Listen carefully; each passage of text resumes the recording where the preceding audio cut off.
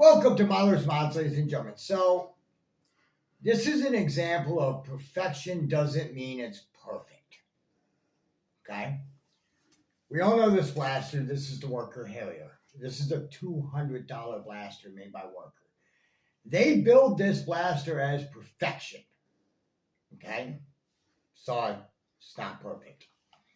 A friend of mine named Peter Parker, who's a player in Australia, he was stress testing his blaster. When you stress test a blaster, because I have product tested stuff as well for France Foamworks and a couple other people. But when you stress test a product, you want to see its physical limitations to break. Okay, or as close to as possible. Well, Peter and we play very high FPS games, high spring loads.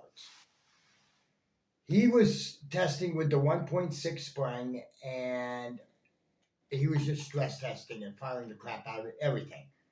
Well, after a while, it didn't want to catch anymore.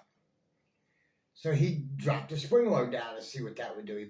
He put in the 25 centimeter spring. It caught 50% of the time, and so forth and so down. So he opened up his blaster.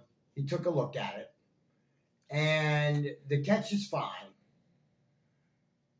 But the plunger rod and head was damaged over time. From where? After about 5,000 shots. Or at least so he says. I mean, I don't know the exact number. I wasn't there. I don't live in Australia. I live in the States. So that's the whole problem with this blaster. Is that it's got a bad plunger rod and head. Now, when Peter messaged Worker, he told them of the problem. Worker's like, oh, yes, we know all about it. We will sell replacement parts.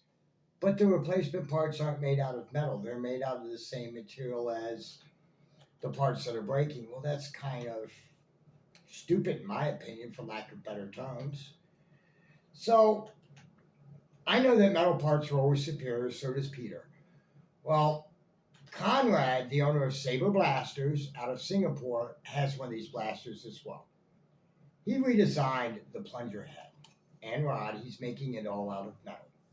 It's coming soon, okay? I'm on a short list to have one of those. And I know you people are going to say, well, Saber Blasters are very expensive. Yes, they are.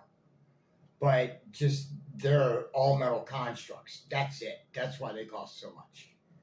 You know, I mean, they do the same thing as a 3D printed springer, but they're all metal constructs. Okay, but because of that, he has a lot of experience with metal parts, manufacturing metal parts. So a plunger head and rod like this is right up his alley.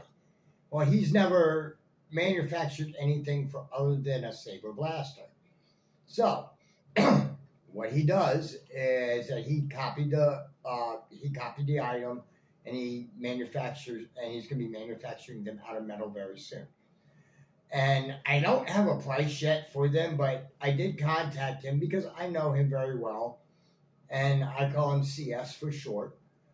And he said it's going to be very affordable to players in the United States. Again, I don't know a cost, but for something like a metal plunger rod and head for this blaster, I'd be willing to pay about $50. Just saying. I mean, plus shipping, as long as shipping wasn't astronomical. Absolutely, $50 all day long. But again, I don't know what he's going to charge. Okay, I am on a short list when it comes in because I'm going to need one of those products. And I'm betting a bunch of you guys are too. You know, but in any event, I thought I would let you know that perfection truly isn't perfect. No matter what you do. There's always going to be little flaws in the world. Well, in any event, ladies and gentlemen, thank you for watching. Until next time, this is Mahler's Mods signing off.